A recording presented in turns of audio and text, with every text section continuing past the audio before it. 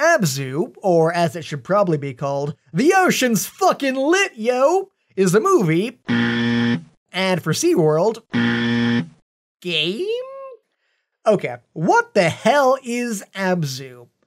Well, for starters, Abzu is the kind of thing that fulfills the same role for 4K monitors that the original Crysis did back in the day for graphics cards. A sort of trial by fire, do-or-die test to push the limits of the hardware you've got. So let's address that part first. The game is fucking beautiful. The art direction, incredible. The level design, impeccable. The orchestral soundtrack, phenomenal. The animations, fluid. The colors, outstanding. I mean, you're seeing it right now with your eyes. You don't need me to tell you that Abzu is gorgeous, and I never once stopped being impressed by it. So if you're just looking for something to make your fancy 4K monitor or high-def speakers or high-end PC feel like a justifiable purchase, then Abzu is totally for you. If you're looking for a game though, well, that's where this gets tricky. While experiencing Abzu, because I don't think playing is the right word, I felt like I was watching a really good Pixar movie. Specifically, like if you blended together Finding Nemo with the first 30 minutes of WALL-E where there was no dialogue. It had a competent 3-act structure, characters were introduced and had arcs, there was a threatening villain, cute little sidekicks, everything was there. If it was a Pixar movie, I'd give it a 10 out of 10. Nothing groundbreaking, but it was a simple story told well and managed to be fucking beautiful while doing so. But is it a game? Well, that begs the question, what is a game? A miserable little pile of secrets! The simplest determining factor that I know of is there a failure state? Is it possible to lose? Well, a ways into the game, you'll come across some proximity mines, and if you get too close, you get zapped. But you wake right back up after that, and you can swim into it again, get zapped, repeat, all day long for all it'll do to you. So that's the closest that Abzu ever comes to having a failure state. So if it looks like a duck, and it quacks like a duck, then what is it?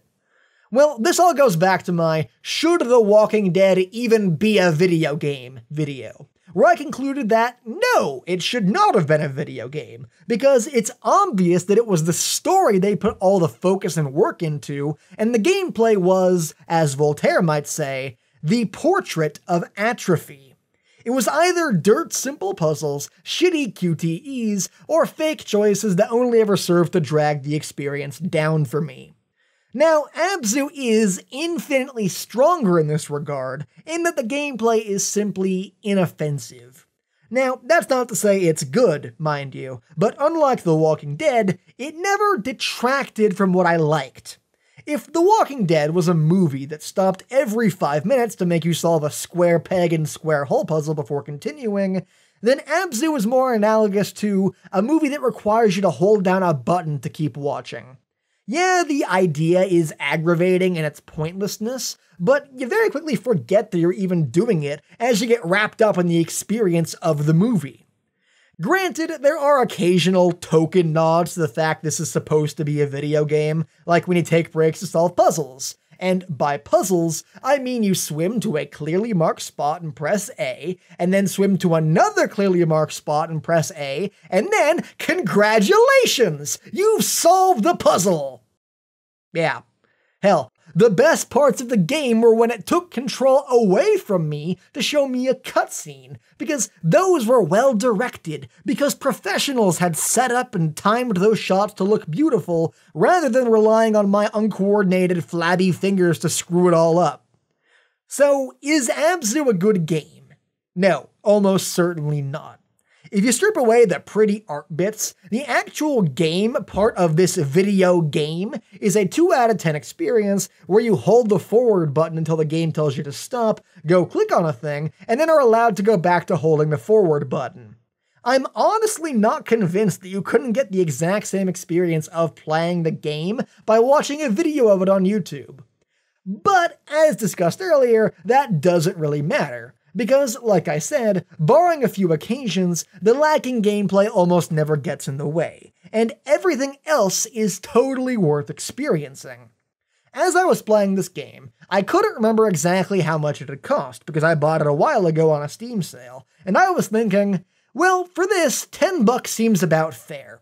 Like I said, this is basically a movie, so in the same way that you would pay $10 for a movie ticket, that seems like a reasonable price for 90 minutes of really solid entertainment. Turns out, though, the game is actually $20, and that might be a bit too much. So my advice for Abzu would be to wait for a Steam sale and then definitely to pick it up, because for $10 or less, this game is an absolute steal. Hey everyone! This video was done as part of my series called RNG+, where I randomly pick a game off of my to-play list, give it a shot, and then make a video about it. So, let's spin the wheel and see what we get for next week. Okay, let's see what we get. And it is...